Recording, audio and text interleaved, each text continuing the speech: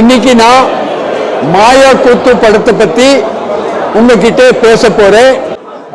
படம் பார்த்தேன். படம் ரொம்ப நல்லா இருக்கு, எக்ஸ்ட்ராடினரியா இருக்கு. பட் இந்த படத்துக்கு, இந்த மாதிரி படத்துக்கெல்லாம் மூல கதைன்னு ஒன்று இருக்கு. அது இட்டாலியில 100 years back 6 characters in search of an author அப்படி ஒரு நாடகம் வந்துச்சு. ரொம்ப ஃபேமஸ் நாடகம். லூகி பிராண்டோலா அவங்க பேரு. அது ரொம்ப மாடர்ன் நாடகம். அது 2050 எழுதுற நாடகம். அவரு 1865 எழுதிட்டாரு. இந்த கதை அந்த மாதிரி தான் போறது. இந்த கதை ஒரு ஜெர்மன் பிலிம்ல கூட பண்ணாங்க இந்த மாதிரி ஸ்டைல்ல.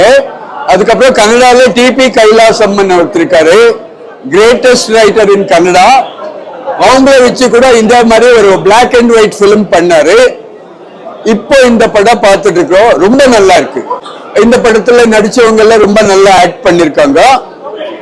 காஸ்டிங் எல்லாம் நல்லா இருக்கு, போட்டோகிராஃபி நல்லா இருக்கு, ரீரிகார்டிங் அண்ட் மியூசிக் நல்லா இருக்கு. அந்த 6 characters சும்மா ஒரு பேஸா வச்சிருக்கல தவிர இவரு ரொம்ப முக்கியமான உண்மைகள் எல்லாம் இந்த டைரக்டர் படத்துல இல்லாதெல்லாம் சொல்லிட்டு, அந்த நாடகத்துல இல்லாத நல்ல விஷயங்கள் எல்லாம் சொல்லியிருக்காங்க. ஃபார் எக்ஸாம்பிள், கடவுளே எல்லாரையும் நாங்க தான் படிச்சது, எல்லா கடவுளையும் நாங்க தான் படிச்சதுன்னு பிகினிங்ல சொல்றாரு. அப்ப எண்ட்ல அவங்க ஃப்ரெண்டு கூட சொல்றாரு. ஆக்சுவலி இது உண்மைதான்.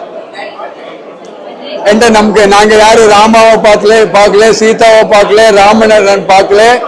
சோ எல்லாரும் நம்ம மாதிரி ஒரு சாதாரண ஆளு ஒரு 1000 வருஷத்துக்கு முன்னாடி எழுந்துதான். பட் ஆனா ஏதோ ஒரு பவர் இருக்கு.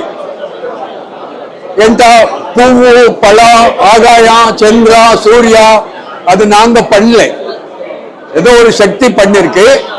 பட் அந்த மாதிரி இந்த படம் நிறைய போல்டான, நிறைய உண்மையான நல்ல விஷயங்கள் எல்லாம் சொல்றாங்க. நடிச்சவங்க எல்லாம் நல்லா நடிச்சிருக்காரு.